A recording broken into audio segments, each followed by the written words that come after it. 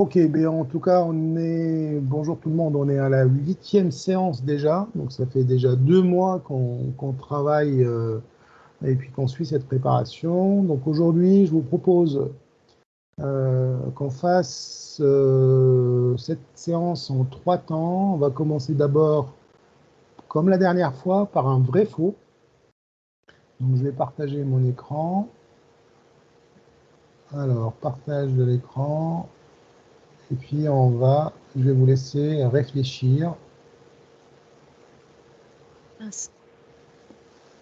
Alors, hop.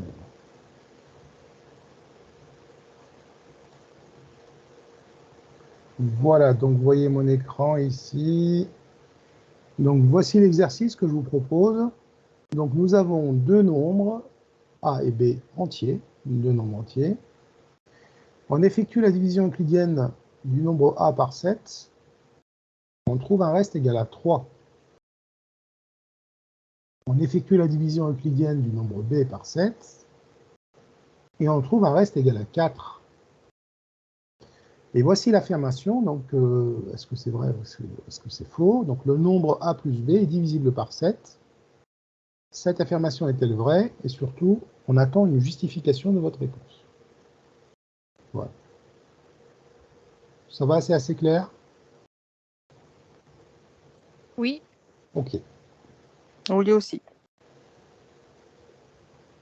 Alors, essayez de faire une petite justification assez claire en se basant par rapport à ce qu'on a vu la semaine dernière.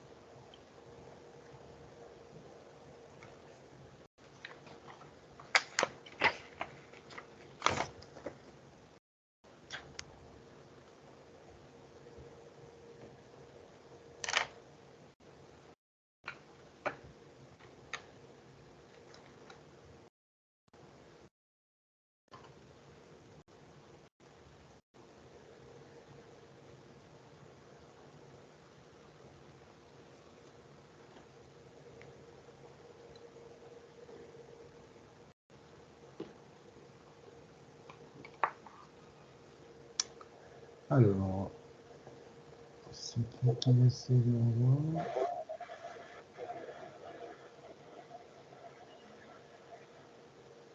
Ok. Bonjour Elsa.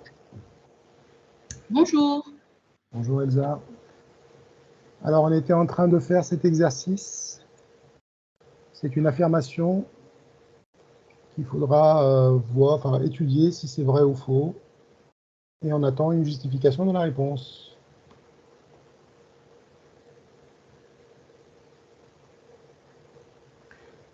Alors, Stéphanie et Anne, est-ce qu'on a une piste?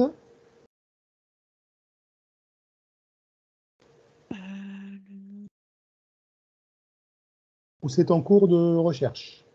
Je vous laisse du temps, hein, c'est pas un souci. C'est en cours. En cours, parfait.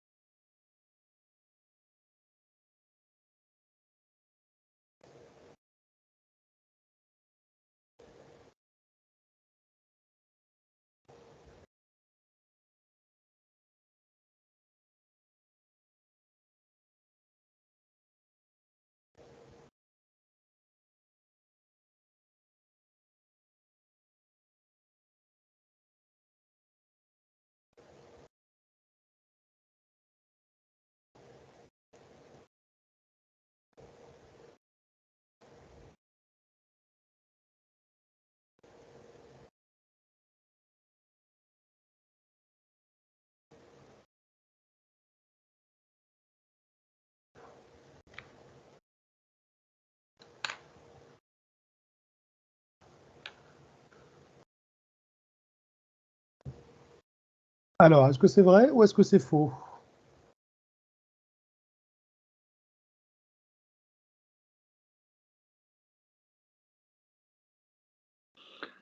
Je veux bien essayer, mais j'ai peur en fait à la fin. Non, non, mais il ne faut pas avoir peur, il faut se lancer, Stéphanie. Alors j'ai trouvé 14n plus ou x plus 7 à la fin. J'ai trouvé qu'en fait c'était un multiple donc de 7. Alors, comment Oui. je vais commencer la rédaction? Dis-moi. Alors en fait, j'ai dit que A est égal à 7n plus 3. Voilà, donc A, on a fait la division de A par 7. On a trouvé un reste égal à 3. Donc ça c'est sûrement brouillon. Hein. Donc, ce qui me Oui. permet d'écrire que A, tu m'as dit égal à quoi? Donc là, tu m'as dit N. Hein. Oui, j'ai dit n fois Voilà, 7 plus 3, ou 7n plus 3 en fait. voilà, 7N plus 3. Donc ça vient de cette division. On a divisé A par 7, on a trouvé un entier, on s'en fiche, hein, donc on l'a appelé N, et un reste égal à 3, c'est ça qui nous intéresse. Ok, donc on va tout simplement dire que N, c'est un entier relatif. Ok, donc ça c'est la première information. On continue. Alors la deuxième information, donc je dis que B est égal, alors j'ai changé le nom, je dis 7P plus 4. Ok, donc B, 7P plus 4, c'est parfait. Alors ici, j'ai marqué un entier relatif, mais bon, parce qu'on a dit entier, par défaut, il peut être relatif. Bon, voilà, quoi. Donc 7P plus 4. Là, le N appartient donc aux entiers. Il faut le marquer, ça, dans la... C'est C'est bien une d'être, justification. oui, c'est bien d'être dans la rigueur. Hein, donc P aussi. C'est un entier, c'est pour dire qu'on a des entiers, en fait. Hein. OK. C'est pas des nombres réels, quoi, c'est normal. Alors, voilà. Ok, ensuite. Alors après, l'affirmation, c'est le nombre A plus B est divisible par 7. Oui, Donc après, je fais 7n plus 3 plus 7p plus 4. voilà, donc on va faire A plus B. Voilà. Et le fait de faire A plus B, la somme de A plus B, donc on va sommer 7N plus 3 et 7P plus 4. Donc 7N plus 3, donc ça c'est A, je le mets entre parenthèses pour vous montrer que c'est Oui, A, plus 7P, donc 7p plus 4. très bien,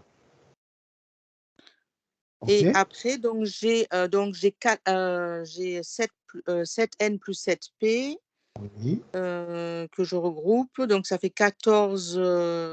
Je change de nom là en fait. Ah non, tu ne peux pas regrouper. Ah, d'accord. Alors, c'est bien ça, donc on va juste faire un petit rappel sur le calcul littéral. Paf, voilà. Alors attention, C'est là mon erreur. voilà, un petit rappel concernant le calcul littéral. Alors je vais juste, ça me permet d'ouvrir des, voilà, comme ça, des petits rappels, tranquille. Alors, premier rappel, donc je vais rappeler rapidement ce qu'on doit savoir sur le calcul littéral, sur la réduction. Donc d'abord, quand on a 1 fois x, on sait que c'est tout simplement x, d'accord? 1 multiplié par x, c'est x. Donc 0 multiplié par x, c'est combien? 0. C'est 0. Hein. Donc là, j'ai mis x, hein, c'est valable pour toutes les lettres, on est d'accord, hein, c'est juste un rappel sur le calcul littéral. Ok, maintenant, je continue un petit peu les rappels. Si j'ai 7 fois x, eh bien, je vais pouvoir l'écrire tout simplement 7x. Donc, quand il n'y a rien entre le nombre et la lettre, ça veut dire que j'ai une multiplication. Maintenant, si j'ai 7 fois x plus 2 fois x, bon, ça, on va tout simplement l'écrire 7x plus 2x, et 7x plus 2x, on peut réduire cette écriture. C'est comme si j'avais 7 mètres plus 2 mètres. 7 mètres plus 2 mètres, tout le monde va me dire c'est 9 mètres. Bah, c'est exactement la même chose. 7x, 7 fois x plus 2 fois x, j'aurai 9x. Ok? Alors attention, donc c'est une somme. Hein. Par contre, si j'avais 7x fois 2x, là, ce que je vais faire, je vais tout simplement multiplier les nombres. Donc 7 fois 2, c'est 14. Et j'ai oublié de vous dire ici, quand on a x fois x, ça donne quoi, x fois x? X au carré. X au carré. Et quand j'ai x fois x fois x, X au cube. x au cube. Et donc, on aura autant de puissance que de X. facteurs, que de x. Donc ici, 7 fois 2, ça fait 14. Et je vais multiplier maintenant les x fois x, ce qui va me donner x au carré. D'accord? Voilà, donc c'est des petits rappels. On n'ira pas jusqu'au développement. Pour l'instant, on reste sur le début du calcul littéral. Maintenant, si je reviens à ce que tu m'avais dit, donc 7n plus 7p, on va tout Et simplement... plus 7. Plus 7, voilà. Donc là, on ne peut plus réduire. La seule chose qu'on peut faire ici, c'est une... Factorisation. Très bien, c'est une factorisation. Donc là, on peut mettre 7 en facteur. Voilà, donc là, on va faire 7 en facteur. Donc je vais réécrire la ligne pour que ça soit propre. Donc A plus B, je vais mettre 7 en facteur. Facteur de n plus p. N plus P Plus 1. plus 1. Voilà. Et donc maintenant, regardez ce qu'on obtient. Donc N plus P plus 1 fois 7. Bon, ça, je vais pouvoir l'appeler Q, par exemple. Tout ça. Et donc, mon écriture devient... Donc ça, c'est Q. 7Q, donc oui. 7Q. Et donc 7Q, c'est-à-dire ça veut dire quoi? Un multiple C'est un multiple de 7. De 7. Voilà, j'ai un multiple de 7. Donc, c'est terminé. C'est comme si j'avais un reste égal à 0, en fait. D'accord? Ici, c'est 7Q plus 0. Un multiple de 7, ça veut dire quoi? Ça veut dire si je divise A plus B par 7, je vais trouver comme quotient Q, ce que j'ai appelé Q ici, et je vais trouver un reste égal à 0. Donc, A plus B est divisible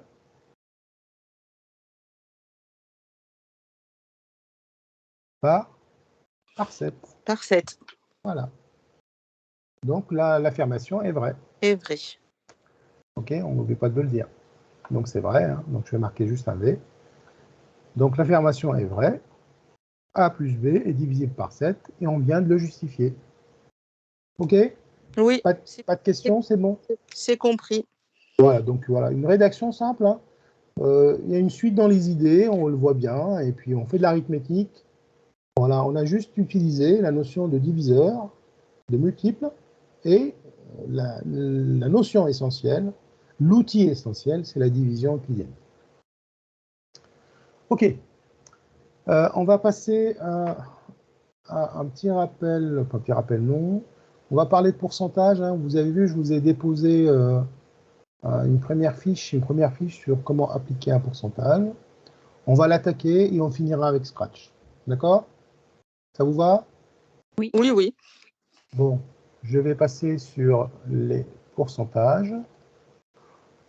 Donc, c'est la fiche que j'ai déposée sur Teams et aussi dans le groupe. Hein. Donc, bon, il y en a qui m'ont dit ça veut dire que ceux qui ne sont pas abonnés, ils ont accès à cette fiche. Mais on est quand même dans un certain sens de partage. On ne partagera pas toutes les fiches, c'est clair et net, mais quelques fiches me paraissent quand même, c'est correct de partager avec les abonnés du groupe, là, ce qui est un peu normal. Je vais commencer par les pourcentages à connaître par cœur. Il y a certains pourcentages qu'on est censé connaître pour savoir calculer rapidement les choses. 10% d'une grandeur, c'est le dixième de la quantité. 10% d'une quantité, c'est le dixième de la quantité. Ça veut dire quoi le dixième de la quantité? Ça veut dire que quand je calcule 10% d'une quantité, cela revient à diviser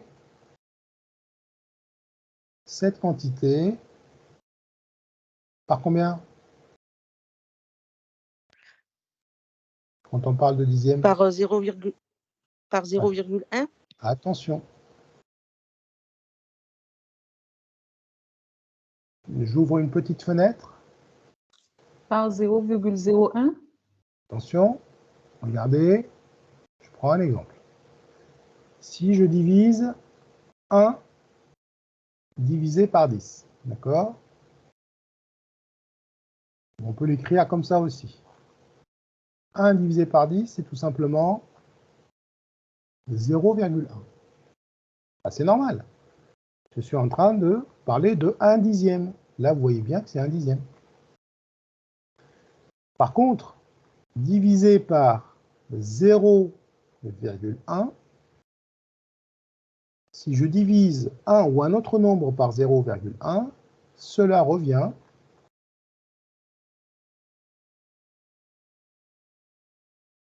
à multiplier par 10. Par 10, oui. D'accord? Attention à ce genre d'erreur. Si vous faites 7 divisé par 0,1, quel est le résultat attendu? 7 multiplié par 10. Par 10, et ça veut dire 70. 70. Vous voyez, je divise un nombre. D'ailleurs, ça va perturber les élèves au début. Hein. Comment ça se fait qu'en divisant un nombre par un autre nombre, on trouve un nombre plus grand? C'est la question qu'on va vous poser. Quelle est votre réponse? Pourquoi on trouve un nombre plus grand?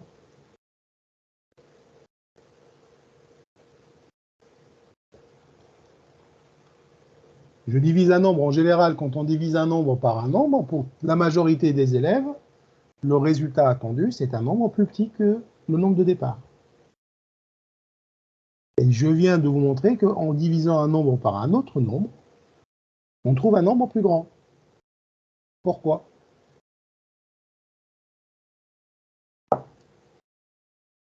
La réponse est assez simple.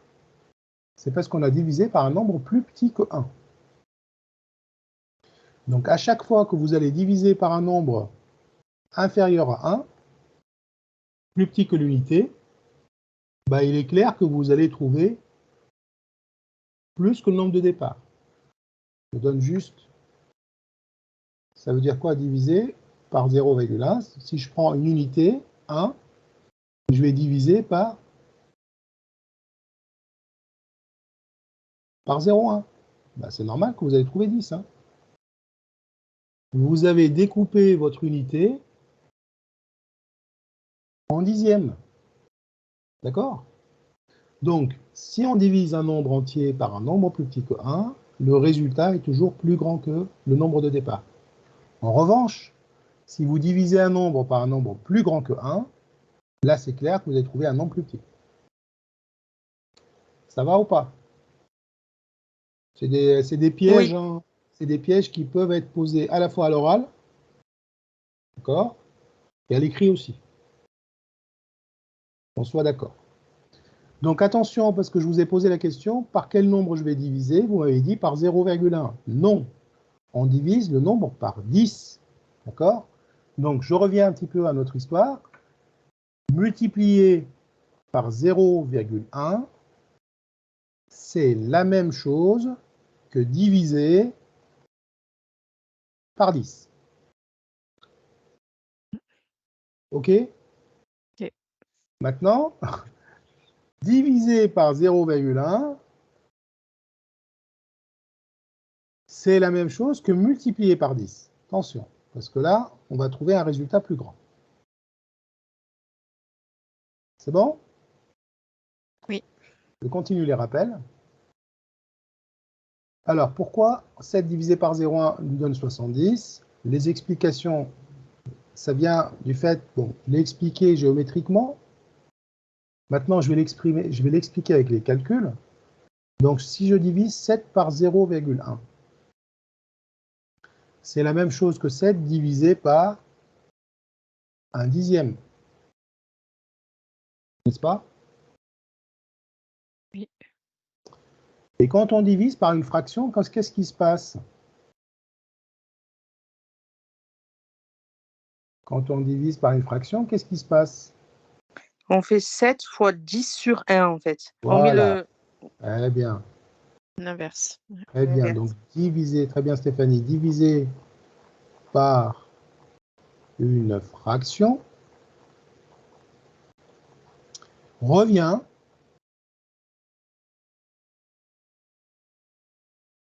à multiplier par l'inverse de cette fraction. Donc, 7 divisé par 1 dixième, ça revient à 7 multiplié par l'inverse de 1 dixième. Stéphanie vient de le dire. L'inverse de 1 dixième, c'est tout simplement 10 divisé par 1.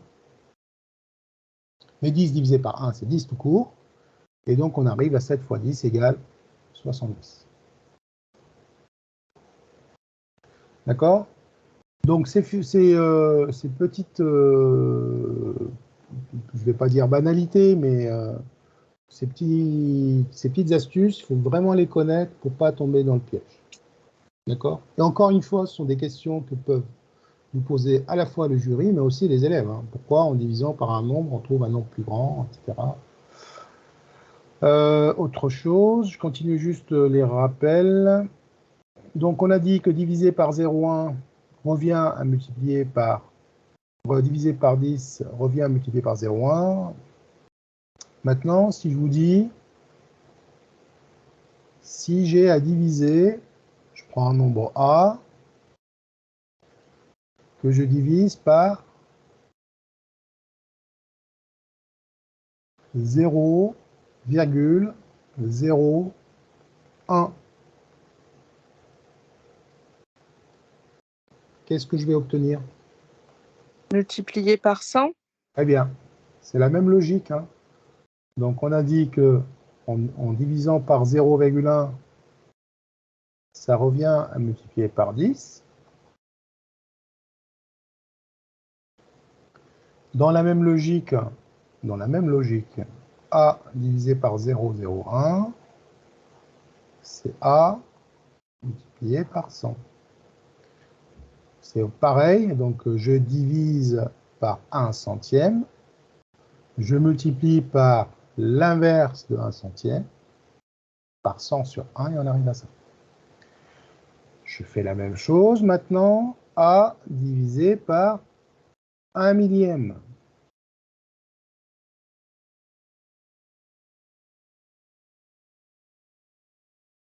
C'est A fois 1000. A fois 1000. Très bien. Alors, puisqu'on est dans le calcul littéral, vous savez que le nombre, on le met toujours avant la lettre. Donc, ça fait 10A, ça fait 100A, et ça fait 1000A. Bon, voilà, c'est des petits rappels. Est-ce que c'est clair? Il y a des questions particulières? Non? Non, c'est clair. Bon. OK. On revient à notre problème.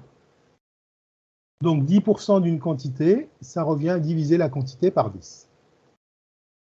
20%, ça revient à multiplier par 1 cinquième, donc divisé par 5. Ça vous va? Donc là, hop, donc 1 dixième de la quantité, c'est divisé par 10. 1 cinquième, c'est divisé par 5. 1 quart d'une quantité, c'est divisé par 4. 1 demi, c'est divisé par 2. 3 quarts, c'est quoi 3 quarts?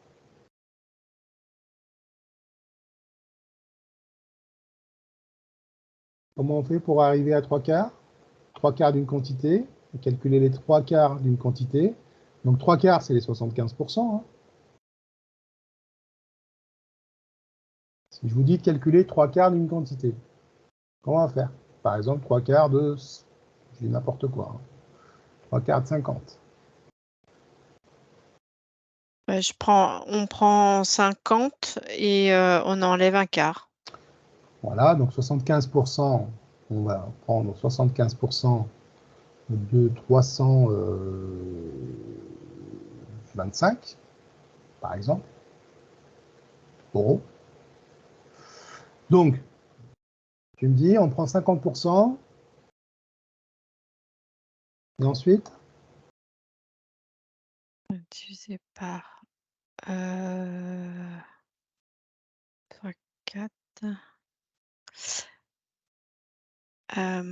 Donc, 75% de 325. oui,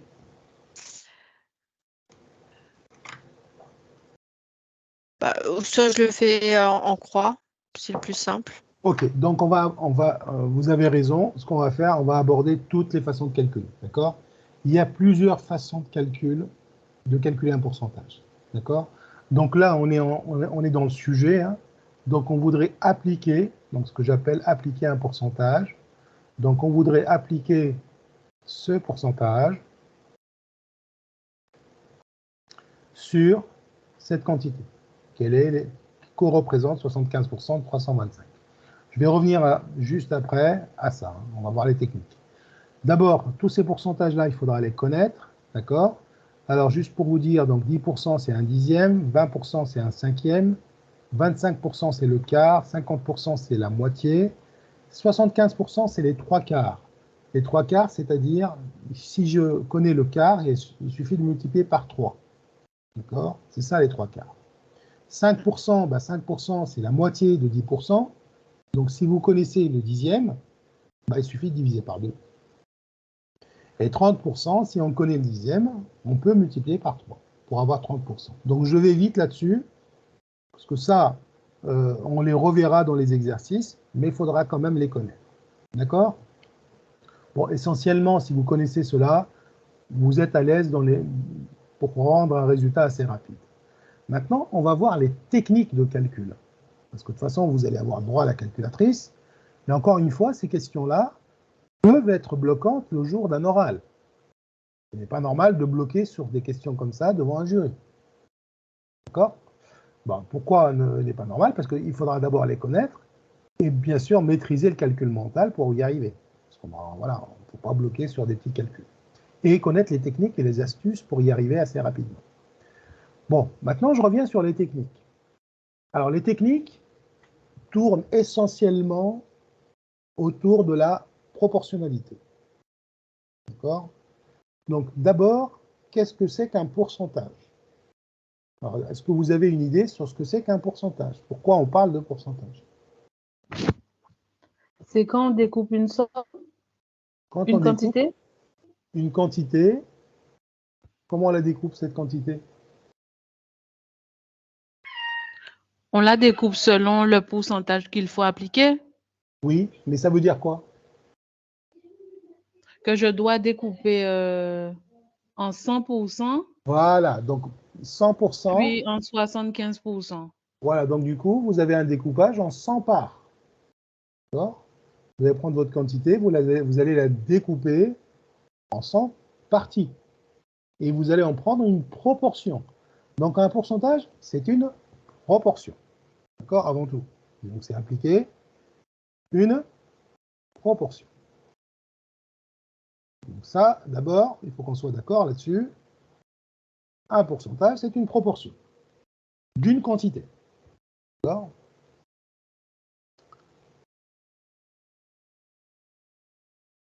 OK. Mais avant cela, pourquoi on parle pourcentage?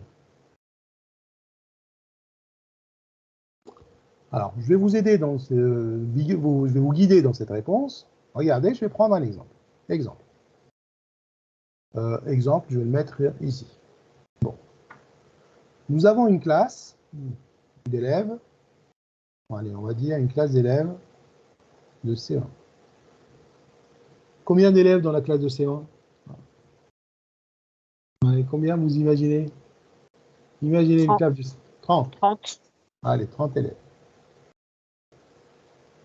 Une deuxième classe, on va dire, ça c'est la première, ça c'est la deuxième.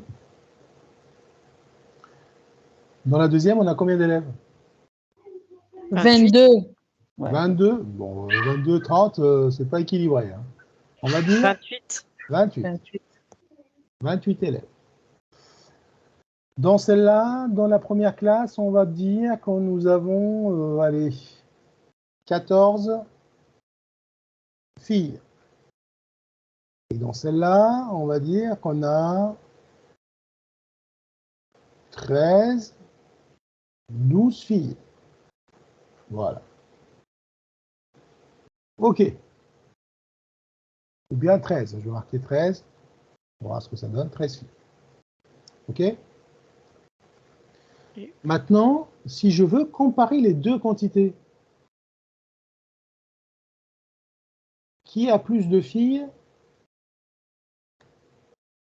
dans l'absolu? C'est-à-dire, est-ce que je pourrais dire que la deuxième classe, a plus de filles que la première? Donc, je suis obligé de ramener le nombre de filles par rapport à la quantité ou nombre total d'élèves. Parce que je ne peux pas comparer les deux classes étant donné que je n'ai pas les mêmes effectifs. D'accord? Donc là, j'ai pris des effectifs qui sont comparables. Mais on peut comparer deux phénomènes dans deux endroits différents, complètement différents, et on n'a pas la même base, c'est-à-dire on n'a pas les mêmes effectifs de départ. Et donc, du coup, pour les comparer, l'idée était la suivante, on va les ramener à une base commune, c'est-à-dire un effectif égal, un effectif imaginaire qui est égal à 100. On va les ramener à 100 pour pouvoir les comparer. OK? Et donc, pour les ramener à 100, le résultat est facile à avoir. Ce qu'on va faire, on va tout simplement prendre 14 filles sur 30 élèves pour la première classe. Et pour l'exprimer en pourcentage, on va multiplier par 100. On verra pourquoi après. Et donc, comme ça, je me ramène à une classe de CO1 de 100 élèves. Et donc, je vais pouvoir calculer le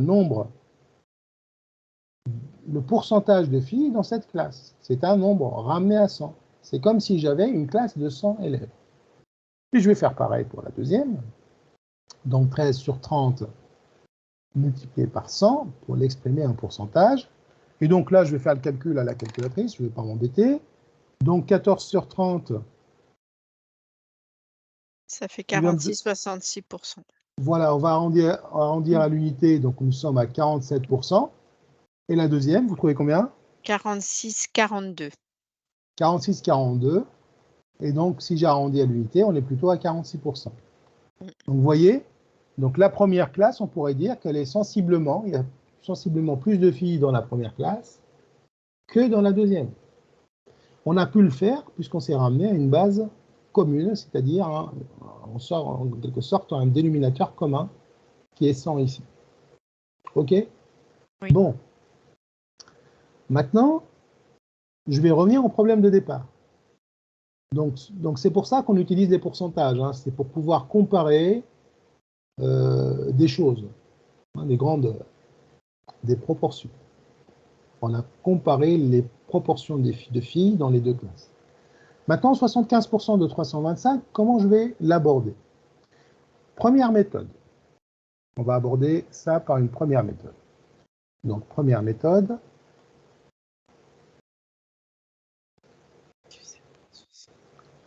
Je vais utiliser donc une méthode classique, donc 75% de 325 euros. OK? Alors, ces méthodes-là, il faudra les avoir en tête. C'est des modèles. Comme ça, vous les appliquez à chaque fois que vous êtes dans ce cas de figure. Hein? On est dans la modélisation en mathématiques. Là. Quand vous voyez 75%, donc on a une fraction. Donc là, vous avez le 2. Ici, c'est une fraction. 75%, c'est tout simplement une fraction. Égale à 75 centièmes. Le 2, on va le transformer en fois. Donc vous avez une fraction d'une quantité, ça devient la fraction multipliée par la quantité. Et là, il n'y a plus grand chose à faire. On va sortir notre calculatrice et faire 75 centièmes fois 325. Alors, vous avez plusieurs façons de calculer cette quantité, hein. Ou vous faites 75 fois 325 divisé par 100. Vous faites 75 divisé par 100 fois 325. Ou bien 75 fois 325 sur 100. Là, on n'a pas de problème de priorité puisqu'on a une division et une multiplication. Et les deux, elles ont le même ordre de priorité. OK. Combien vous trouvez? 243,75. 243,75 €. Donc la première méthode, elle est radicale. Pas grand-chose à faire. On a tout simplement transformé 75% en 75 centièmes fois la quantité, calculatrice, et on rend le résultat. Et c'est terminé. Quand vous avez ce genre de questions au concours, vous écrivez avant de rendre le résultat. D'accord? Donc j'écris quoi? Ben, j'écris 75 sur 100 fois 325. OK? Deuxième méthode.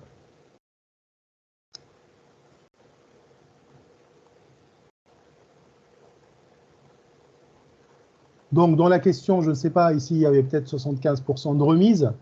Bah, j'aurai 243,75 € de remise. Je ne sais pas, j'ai pris comme ça. Deuxième méthode. Alors, est-ce que vous avez une deuxième méthode? J'ai dit qu'il y en a plusieurs. Hein.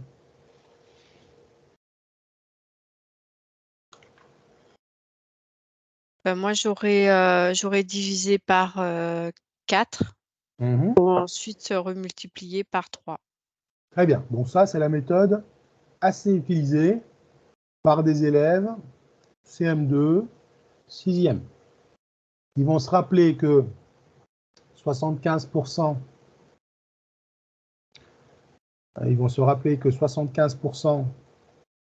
c'est tout simplement 3 quarts. Donc, ils vont calculer 1 quart de 325. Donc, on revient à la même histoire. 1 quart de 325, c'est quoi? Ça devient, qu'est-ce que j'ai dit pour le 2? Quand on a un 2, c'est quoi? Ça devient Multiplié. multiplié. Donc, j'aurai 1 quart fois 325, multiplié par 1 quart, c'est la même chose que divisé par 4. D'accord? Donc, qu'est-ce que tu as dit? C'est ce que Anne vient de dire. 325 divisé par 4, combien tu trouves, Anne? 81,25. 81,25. OK. Et donc maintenant, pour passer aux 3 quarts, donc ça sera 3 fois plus. On a utilisé ici quoi? La proportionnalité. Ouais. D'accord? Donc c'est 3 fois 81,25, ce qui nous donne 243,75.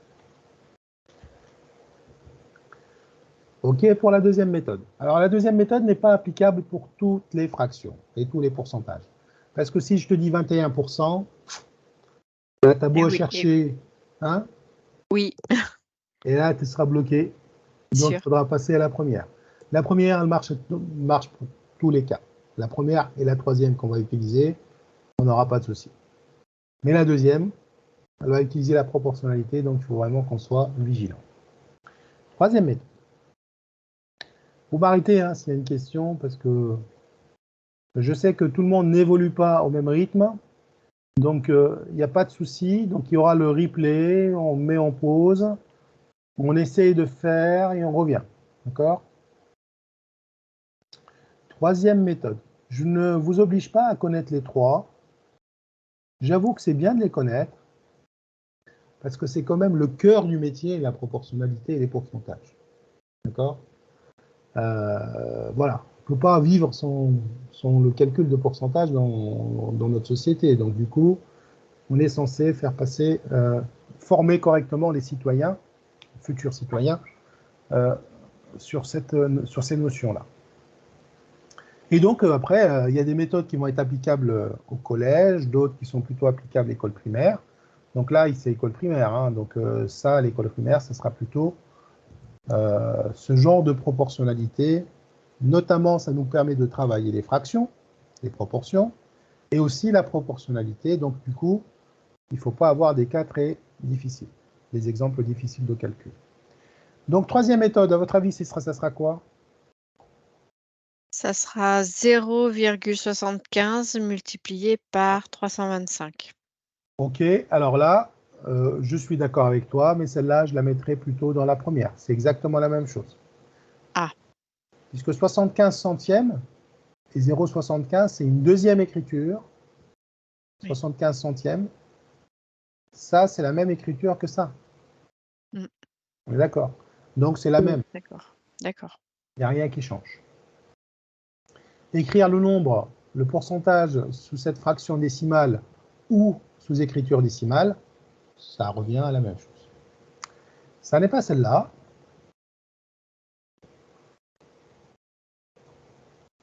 On va tout simplement utiliser un petit tableau. C'est Anne qui m'a parlé de proportionnalité, non? Je ne sais plus. Donc, on va faire un petit tableau de proportionnalité. Donc, je voulais le faire bien, mais il ne veut pas. Donc, on va le faire à la main. Ah, dur, dur. Donc, dans ce tableau, je vais déjà mettre 2 lignes. Et on peut aller... Alors, qu'est-ce que je vais mettre dans les colonnes? Qu'est-ce que je vais mettre dans les lignes? Je vous écoute.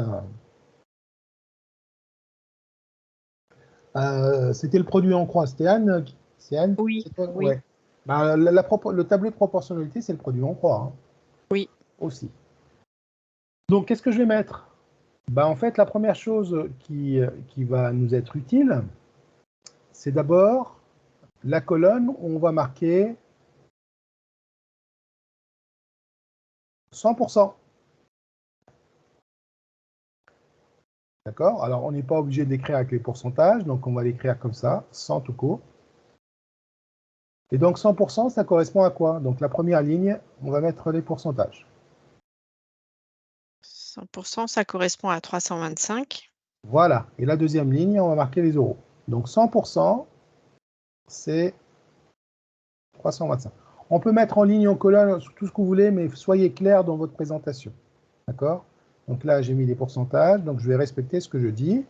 Donc 100%, c'est face à 325. Et moi, je cherche 75%. Et donc, l'inconnu, c'est ici. OK? OK. Eh bien, on va appliquer notre produit en croix. Alors, le produit en croix, c'est quoi? C'est tout simplement, et toujours le cas, hein, c'est toujours le cas. Donc, l'inconnu ici, je vais l'appeler X. Tiens, j'aime bien ça. L'inconnu, c'est X. D'accord? Je vais l'écrire ici. Donc, ça, c'est l'inconnu. Je vais appuyer un peu plus fort. Hop. Donc, l'inconnu, c'est X, c'est-à-dire l'équivalent de 75% en euros. Eh bien, quand on dit produit en croix, vous avez en fait une diagonale qui est toujours pleine. D'accord? Quand je dis pleine, c'est-à-dire connue. C'est celle-là. On a 75, on a 325. La deuxième diagonale, elle n'est pas pleine parce qu'elle va avoir un trou, c'est X. Eh bien, vous prenez la diagonale pleine et vous multipliez les deux valeurs, 75 fois 325. Et vous allez diviser par le nombre qui est en face de notre inconnu, c'est-à-dire 100. OK? Donc, produit sur la diagonale pleine, divisé par le nombre qui est en face de l'inconnu. Mais ça vient de quoi, ça? Le produit en croix, il veut dire quoi, le produit en croix? Il veut dire que ça fois ça, c'est à 75 fois 325, c'est égal, forcément égal, au produit sur l'autre diagonale. D'accord? Donc, c'est égal à x fois 100. Alsa, je te donnerai la parole juste derrière. Donc, 75 fois 325 égale x fois 100. Et si je veux chercher x, bah, ça sera 75 fois 325 sur 100. Donc, pour ne pas se prendre la tête comme ça, on se dit, bah, allez, produit sur la diagonale pleine, et on divise par le nombre qui est en face. Ça, on va le retrouver assez souvent, ce produit en croix, quand on va calculer des longueurs avec Thalès. Il y aura forcément ce passage obligatoire, et vous allez souvent m'entendre dire produit sur la diagonale pleine divisé par le nombre qui est en face. Alors, avant de donner la parole à Elsa, regardez, ben, on retrouve exactement ce qu'on vient de calculer là-haut, c'est-à-dire 75 sur 100, qu'on voit ici, multiplié par 325. Et on va trouver donc du coup le résultat attendu. Vous voyez? Donc tous les chemins mènent à Rome, mais il faut bien connaître les chemins et bien comprendre pourquoi on fait ça. Donc voilà 3 méthodes, je dirais, classiques, mais qui nous permettent de résoudre la quasi-totalité des exercices dans tous les concours que j'ai croisés. Alors, c'était Elsa. Oui, je voulais savoir pourquoi tu as dit que la troisième méthode ne fonctionne pas toujours. La deuxième. Ah, J'ai dit la deuxième qui ne fonctionne pas toujours. La d'accord. deuxième, puisqu'on n'a pas toujours une valeur entière, une valeur décimale finie, parce qu'en fait, non, c'est pas la valeur décimale finie, pardon, c'est que c'était qui? C'était Anne qui a proposé ça, je ne sais plus. Là, pour dire que je calcule le quart, puis je multiplie par 3, quand tu as des pourcentages assez connus. Mais si je te dis de calculer 22,5%, ça va être compliqué avec la deuxième méthode. D'accord? La première méthode et la troisième fonctionnent tout le temps. Ok. Mais la deuxième, alors là, il faut avoir des fractions assez simples. D'ailleurs, 22%, on peut toujours le calculer. 22%, on va calculer le centième et on va multiplier par 22.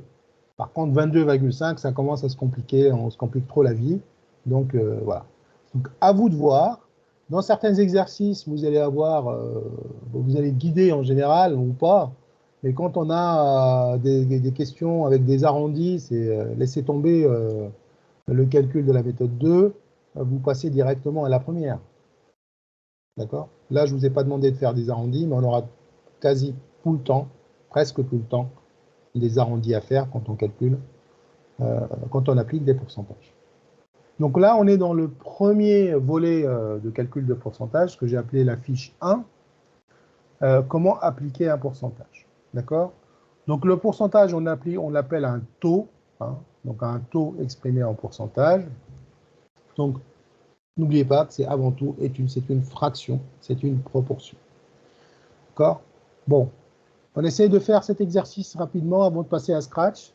Vous l'avez peut-être déjà fait, je ne sais pas. Donc, on a un article de sport qui coûte 150 €. On lui applique un pourcentage, une remise de 30%. Quel est son nouveau prix? Je vous laisse faire une rédaction assez complète. Et on corrige dans 2-3 minutes. Ça vous va? Oui. Allez, c'est parti.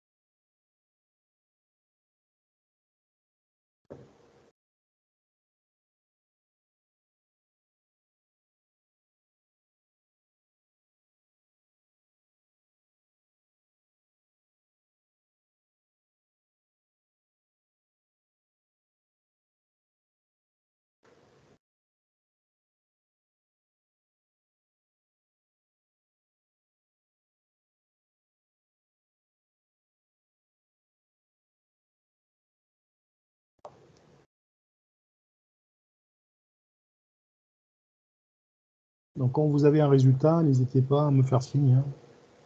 Hein. C'est bon. C'est bon? Oui. Ok.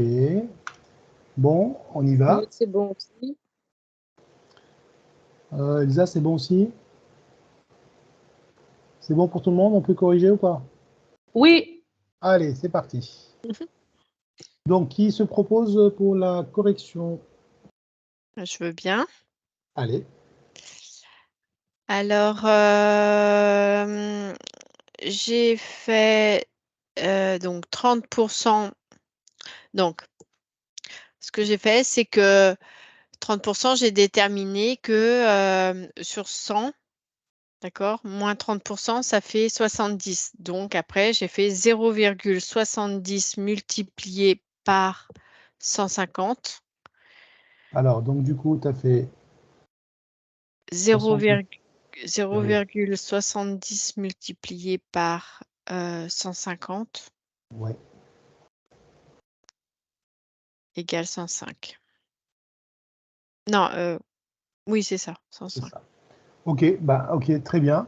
Alors, le 70 centièmes, donc tu as appliqué la première méthode, hein, 70 centièmes de 150, ça devient 0,70. Alors, le 0, il n'est pas utile ici, hein, donc c'est Oui. 0,7 fois 150, qui nous donne 105 €.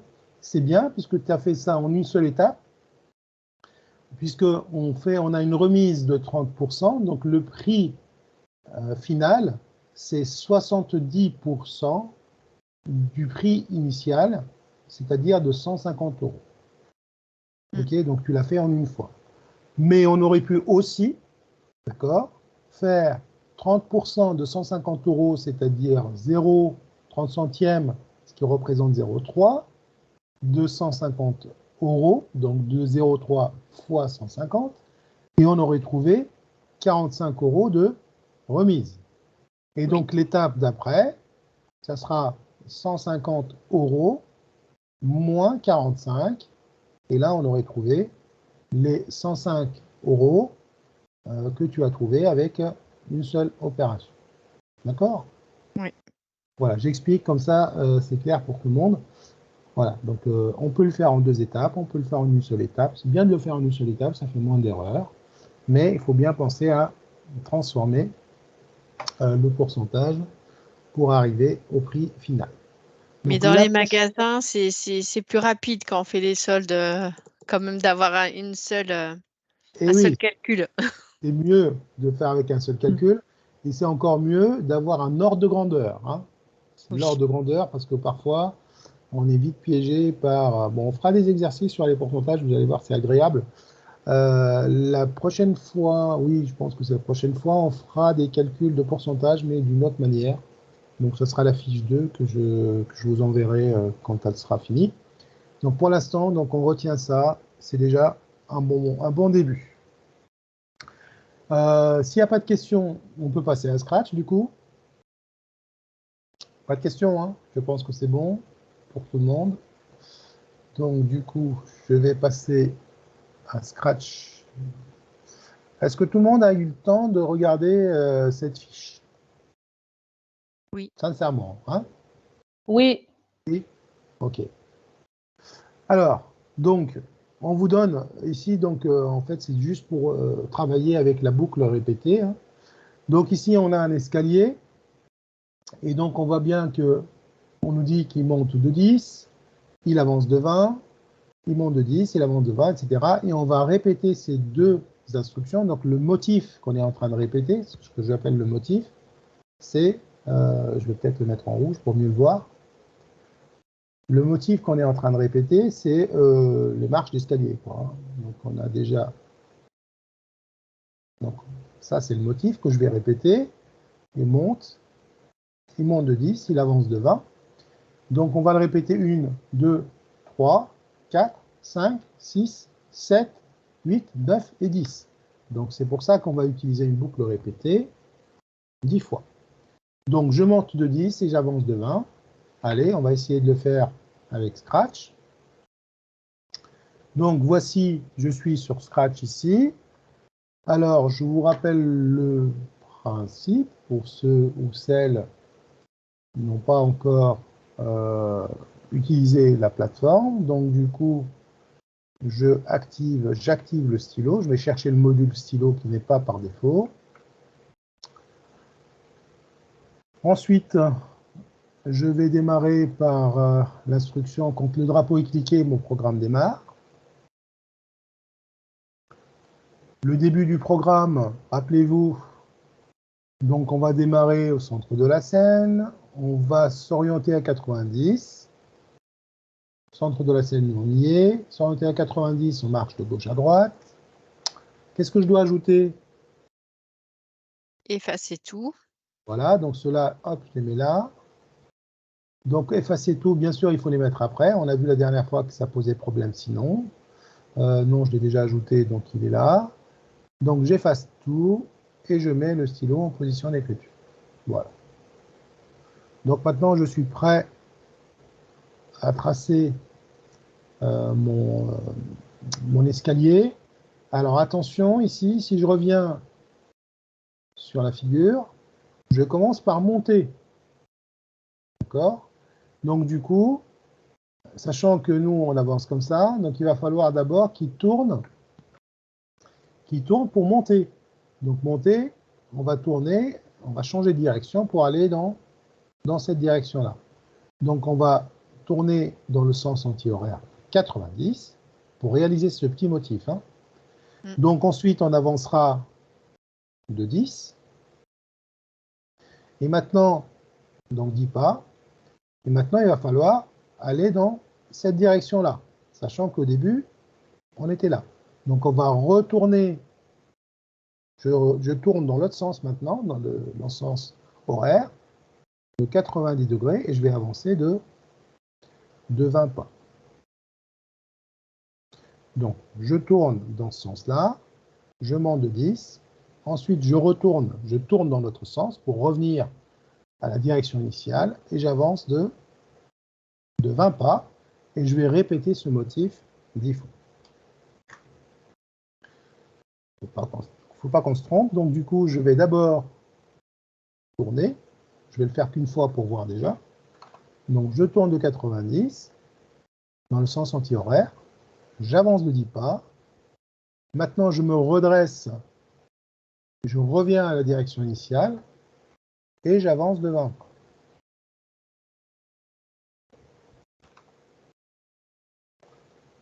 C'est bon, est-ce que c'est clair? Oui. Oui. Non, ça Par commence contre, moi, j'ai pas fait comme ça. T'as fait comment? Au lieu de mettre tourner de 90 degrés, j'ai mis s'orienter à 0. Ah, on peut. Ça marche aussi. Voilà. Oui, ça marche, il n'y a pas de problème. Tu peux commencer avec une direction déjà verticale et ça règle le problème. Tu peux, hein, c'est pas de problème. Okay. Donc, je vais tester mon programme. Voilà, j'ai le petit motif qui est déjà là. Maintenant, je vais le répéter. On va le répéter, donc on va utiliser une boucle répétée, pardon, dans le contrôle. Elle est là. Et je vais tout insérer dedans. Voilà. Et maintenant, on va voir notre escalier tourner. Alors, pareil comme la dernière fois, on peut toujours cacher pour bien voir les choses. Donc, on n'oublie pas à montrer au départ. Et on le met à la fin. Voilà. Qu'est-ce qu'on peut faire? On peut ajouter du temps. On peut ajouter du temps entre les transitions, par exemple ici et ici, histoire de voir des étapes. Voilà. Et on peut aussi démarrer un peu plus à gauche et un peu en bas. Voilà, je vais peut-être démarrer, aller à moins 50. Moins 50 par exemple. Voilà, on va voir ce que ça donne.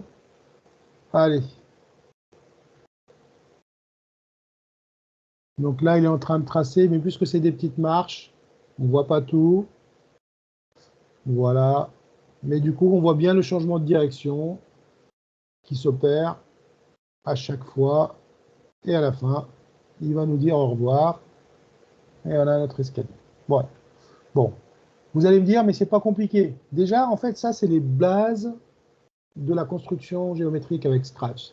Quand on maîtrise ça, on pourra faire des figures plus complexes. Si ça, déjà, c'est pas maîtrisé, on aura du mal à compléter un programme Scratch ou le modifier. Vous comprenez ce que je dis, hein? Ok, donc on a fait la première question. Voilà, on va passer au polygone. Alors, pour le polygone, on a un polygone. Hein, je vous rappelle qu'un polygone, c'est une figure qui doit se fermer. Hein. Un polygone ne reste pas ouvert. S'il reste ouvert, ça devient une ligne brisée. C'est pas un polygone. Polygone, il y a plusieurs côtés. Il y a combien de côtés dans ce polygone? 8. 8. Il y en a 8. Ok, donc on va penser à répéter 8 fois. On nous dit que le bloc tourné à gauche, on nous dit de tourner de 45. C'est sympa. Et on va changer la couleur. D'accord? Donc on a un petit changement de couleur qui va s'opérer. Et puis on va, allez, on va prendre par défaut, alors ici c'était 10, peut-être 50 ou 100 pas. On va voir. On va commencer par 50. Ok, ça marche. Alors, avant d'aller sur le programme, sur le papier toujours, donc je vais démarrer, on va dire, ici. Donc, je vais m'orienter à 90 comme d'habitude. Je vais avancer, on va dire, de 50. Je vais arriver là. Et maintenant, je vais changer de direction de 45. Donc, je vais tourner de 45, comme ceci. Et on va avancer de 50. D'accord? Et on va tourner encore de 45. Tourner de 45, 45, ça veut dire 90. Donc, on se retrouve à la verticale. OK? Donc là, c'est encore 45. Et on va répéter ça 8 fois pour revenir à la position initiale. C'est bon pour tout le monde, là? Ou il y a des questions? C'est bon. OK. C'est bon. C'est bon aussi. On va le tester. Alors, je vais appeler le programme S8, séance 8 B, bis. Non, j'aurais dû faire d'abord. Alors, comme ça, pensez à sauvegarder votre travail, comme ça vous pouvez les reprendre un autre jour. Hein. Nouveau. Non, qu'est-ce qu'il fait là? Je ne sais pas ce qu'il m'a fait là.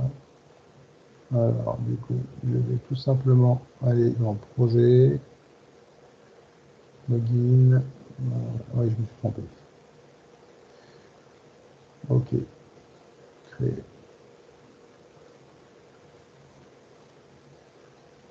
Je suis connecté. Il a perdu la connexion, il a dû faire une mauvaise manip. Et là, je vais l'appeler B. Oui, parce que j'ai cliqué sur modifier.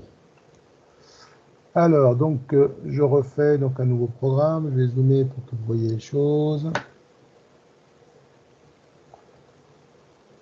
Donc, j'ajoute mon stylo.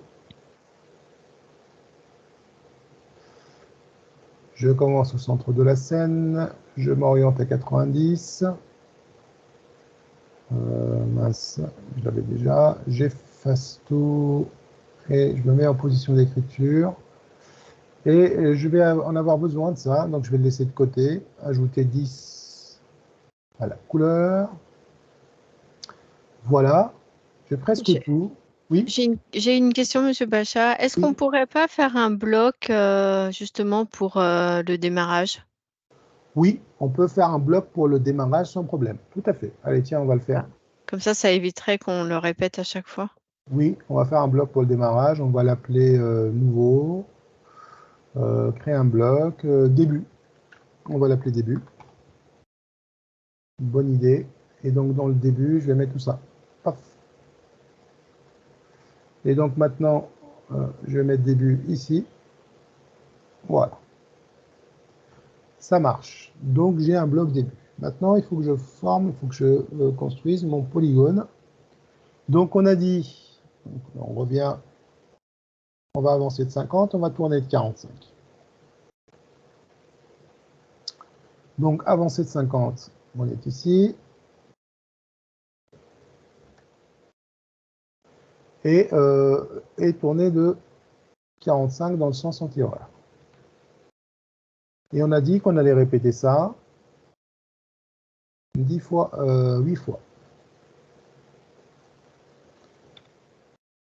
Ok.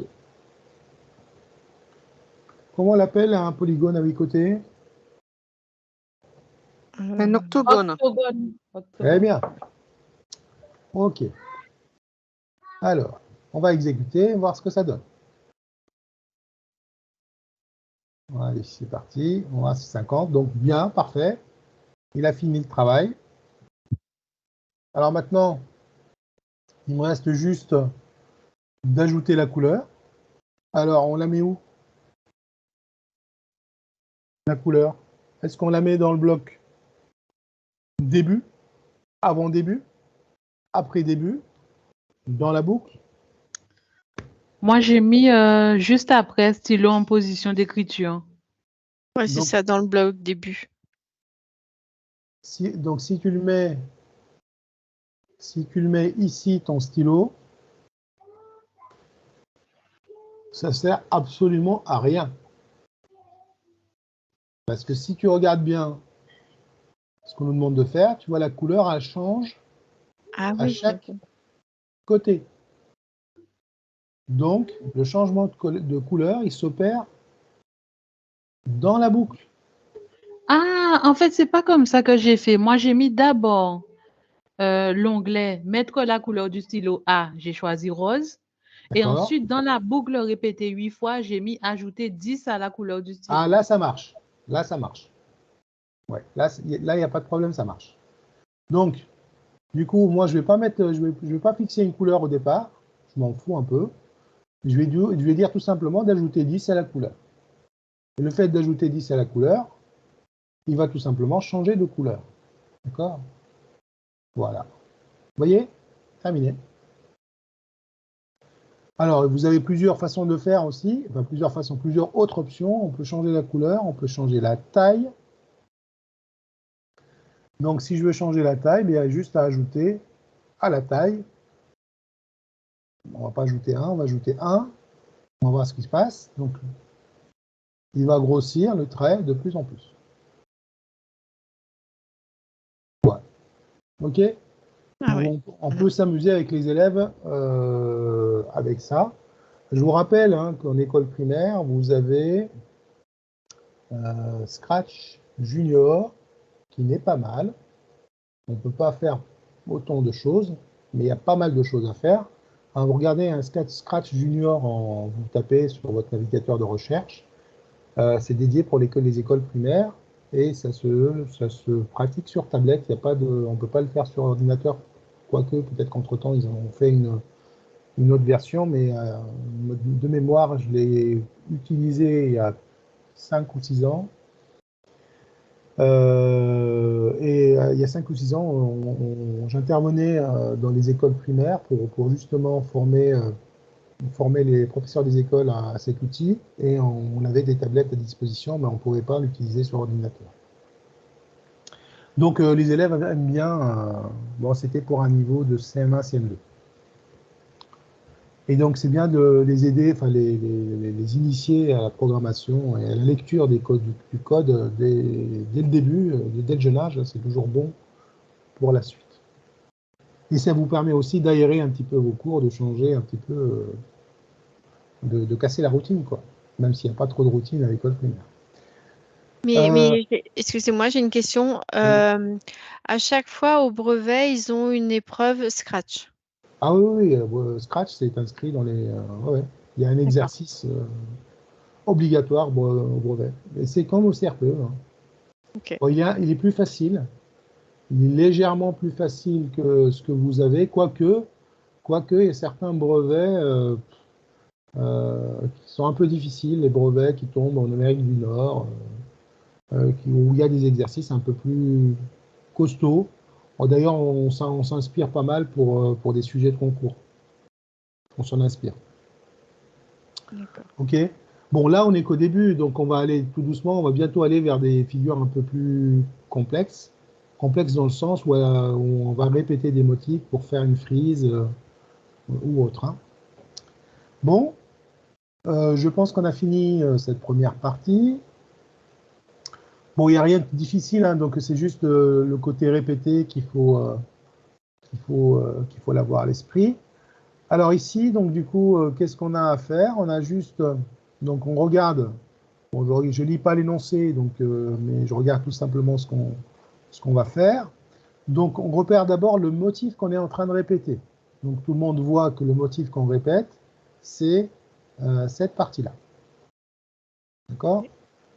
Ok, hein? Donc on le répète une fois, deux fois, trois fois. Donc je vais être dans une boucle. Je vais être dans une boucle répétée trois fois. Alors qu'est-ce que je vais répéter trois fois? Ben, je vais répéter ce motif. Alors maintenant, comment fabriquer ce motif? Donc, deux façons de faire. On part sur ces directions comme Elsa, c'est Elsa, je crois qu'il a dit. Donc on va mettre à 0 pour monter. Ou bien on commence à 90 et on lui dit tourner dans ce sens-là pour emprunter cette direction. Parce que pour répéter, donc là je vais faire ce bout-là. Donc je tourne. Au début j'étais là, donc je tourne de 90. J'avance de 10 dans ce sens-là. Et maintenant je me redresse pour tracer le deuxième bout. Donc je me redresse, c'est-à-dire je vais tourner dans ce sens-là, je vais le faire plus grand. Donc au début, j'étais dans cette direction. Donc j'ai tourné comme ceci pour faire ce bout de 10. J'ai avancé de 10. Maintenant, il faut que je change de direction. Donc je vais tourner dans ce sens-là pour faire le deuxième bout et avancer de 10. Donc, ça y est, j'ai ma partie. Donc je vais tourner de 90, avancer de 10. Maintenant, je vais tourner dans l'autre sens de 90 et avancer de 10. Je ne dis pas. Et donc là, cette partie-là, je vais la répéter d'abord. Je vais la répéter une fois, deux fois, trois fois. Donc là, je viens de faire la partie bleue.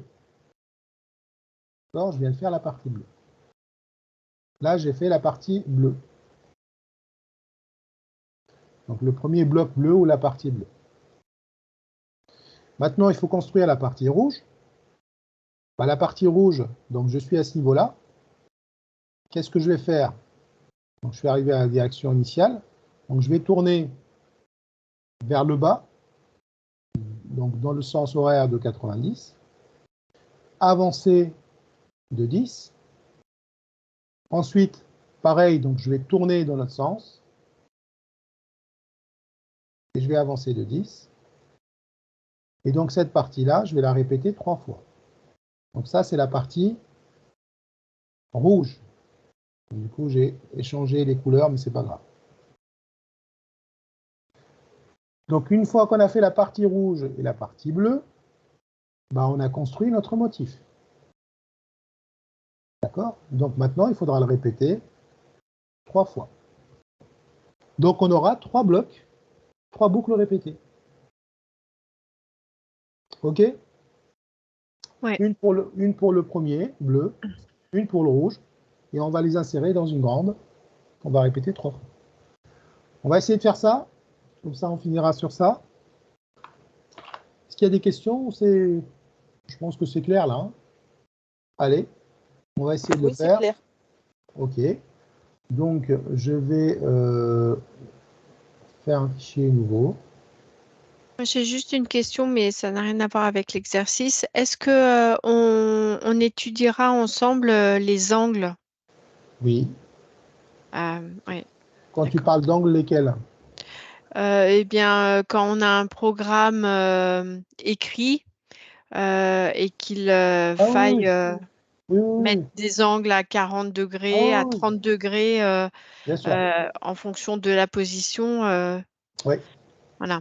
C'est ce qui me semble difficile. Oui, non, mais ça, on va le faire. On va le faire. On va le faire quand on va attaquer les parallélogrammes. D'accord? Bon, je vais attaquer la dernière partie. Je suis obligé de tout refaire là parce qu'il a perdu la connexion. Donc c'est pas grave, mais ça va aller vite quand on a. Donc, je ne vais pas créer, je vais aller directement à l'essentiel. Voilà. OK.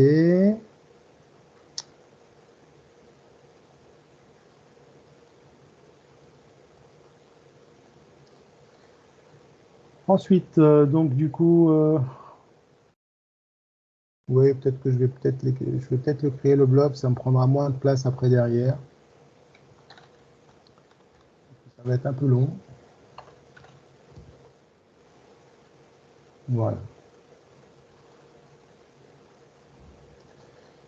Donc, je reviens un petit peu. Donc, on a dit, on va changer de direction. Donc, on va prendre d'abord notre boucle 3 fois. Donc, on va faire la partie bleue. D'accord? Donc, on tourne. Voilà, on va faire la partie bleue. Donc, on va commencer à tourner. 90. On va avancer le 10. Et on tourne dans le sens.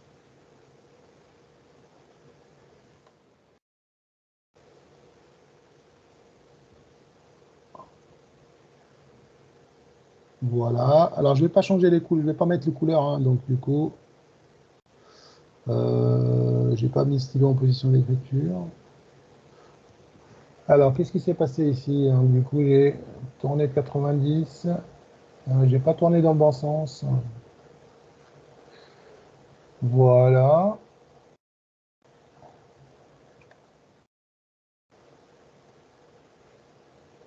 Donc, normalement, on est bon. Voici le premier motif. OK. Donc là, on a construit cette partie-là. Maintenant, je vais construire l'autre partie. Est-ce qu'on peut les mettre dans un seul... Alors, je suis en train juste de voir. Est-ce qu'on peut les mettre dans le même? Non. OK. Je vais dupliquer tout ça. Alors, donc la différence entre les deux, c'est que maintenant, je dois tourner dans l'autre sens. On va tout simplement inverser. Il me semble que c'est ça. Hein. Oui. Ah, il me semble que c'est ça. Hein. Donc Oui. là, Oui, on a tourné, on a juste inversé le... Vous voyez, les angles ici, c'est le... Voilà, j'espère que ça ne vous fait pas tourner la tête, mais on y est hein, presque. Hein. Donc là, normalement, si je clique ici, j'ai les deux parties. Voilà, j'ai mon premier motif. Alors, j'ai un petit bout de plus là. Pourquoi j'ai ça? Alors, je reprends. Donc, descendant, tac, tac. C'est normal d'avoir ça. C'est normal d'avoir ça. Oui, parce qu'il est dans l'autre sens. On a cette partie-là qui vient là. OK. Et donc, maintenant, qu'est-ce qu'on va faire? On va tout simplement insérer tout ça dans une boucle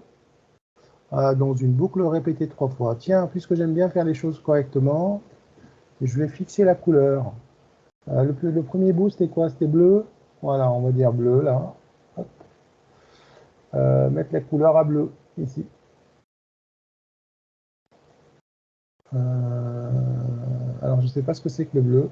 Je crois que quand on clique sur une couleur, il prend la... Il me semble de mémoire. Il me semble de mémoire, en fait, pour fixer la couleur, ici, il suffit d'aller chercher du bleu. Alors, je ne sais pas si c'est toujours d'actualité. Voilà, il a mis du bleu. Ça marche. Bon, c'est pas trop, c'est pas un vrai bleu. Hein. Je vais essayer de faire autrement. Et celui-là, bon, il ne veut pas plus. Moi, je cliquais sur la tâche de couleur. Ouais, j'ai cliqué, regardez. Ah. Ouais, j'ai mis donc là, et puis on va choisir. Non, plus loin, encore plus loin. Dans Plus les loin. blocs, carrément dans les blocs. Ah, ici, là, ah d'accord. Ok. Oui, là. Ok. Avant, on avait la possibilité de chercher juste une couleur sur l'écran et il le faisait, quoi. Bon, je vais le mettre ici et je vais enlever ça. Ah mince. Voilà, je ne vais pas tout déconstruire quand même. On va pas dormir là. Hein. Voilà, ça c'est bon. Mais on aurait pu le garder, hein, puisque je crois que le bleu s'éclaircit dans la demande d'exercice. Dans la deuxième, je vais mettre le rouge. Ah oui? Non? C'est après? En Non, fait, mais le bleu s'éclaircit et ensuite le rouge s'éclaircit.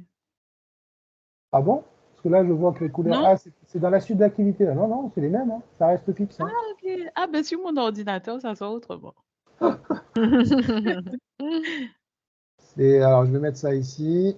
Et je vais choisir, du coup, rouge. Voilà. Donc, et on va insérer ça dans une boucle répétée. Dans une boucle répétée 3 fois. Alors, hop, vous n'allez pas tout voir, mais ce que je vais faire, je vais réduire. Voilà. Vous voyez, donc on a mis 3 fois, et on met tout dans une boucle encore 3 fois. Voilà. Ça y est, on a presque fini. Alors maintenant, on va exécuter, et voilà le travail. Voilà, Super. Je vais juste cacher pour qu'on ait tout ça. Voilà, montrer et cacher. Donc vous voyez ça, par exemple, vous mettez des élèves dessus, ils vont aimer parce qu'ils ont créé quelque chose assez joli. Et après, à partir de là, on peut créer plein de variantes, plein de motifs qui vont intéresser les élèves et qui vont les rendre créatifs et actifs surtout. Ok. Bon, voilà, on Oui, mais arrive à avec la le Scratch Junior. Scratch Junior, en fait, vous allez plutôt animer des scènes. Mais c'est bien, hein, vous allez faire presque des dessins animés avec un coucher de soleil ou bien des animaux qui vont marcher, qui vont défiler. Enfin, il y a des scènes assez jolies à créer. Non, il y a pas mal de choses à faire. D'accord. Ok. Bon, bah, Ok. on va se dire, on est presque à la fin. On est à la fin de la séance. J'espère quand même. Alors, je ne sais pas pourquoi. Il est marqué quitte l'appel. Bon. J'espère que ça vous a aidé. Oui. Ok. Ah oui, Oui. moi je ne comprenais rien du tout. Bon, bah, c'est parfait. Donc, ça me réconforte un petit peu. Je dis parce qu'en fait, quand je vous vois pas, je me dis est-ce que ça avance pas mal? Est-ce que je donne pas trop de travail? Est-ce que je donne peu ou pas assez? Voilà. Après, si vous êtes demandeur de plus, il faut me le dire et puis je vous donne des exercices supplémentaires. L'idée, c'est de ne pas vous noyer d'exercices. L'idée, c'est de vous accompagner dans votre préparation. Et pensez aussi à faire des fiches résumées régulières ou des notes résumées. Comme ça, quand on approche de la révision ou des sujets blancs, vous avez juste à lire vos fiches, quoi. Vous voyez ce que je veux dire? Donc, l'organisation, c'est vraiment les 3/4 du travail. Donc, soyez organisés dans votre travail, dans le sens où tout ce qui vous pose problème, ne le laissez pas de côté. Il faut essayer de le traiter ensemble, seul ou avec, ou seul. Hein, donc, vous pouvez toujours me solliciter. Et faire des fiches résumées pour mieux retenir les leçons, comme les pourcentages ici. Donc faites par écrit, histoire de mémoriser les choses, pour ne pas les oublier. D'accord? Et sur les angles, on reviendra, hein, parce qu'on aura à tracer des parallélogrammes, et vous allez voir, ces angles-là vont revenir assez souvent. On les reverra aussi quand on attaque les transformations géométriques. D'accord. Quand on parlera de rotation. Ok. Voilà. Donc nous sommes à la fin de cette séance. Merci pour votre attention. Merci à vous aussi. Merci. Bonne soirée. Bonne soirée, merci. Au revoir. Au revoir. Au revoir.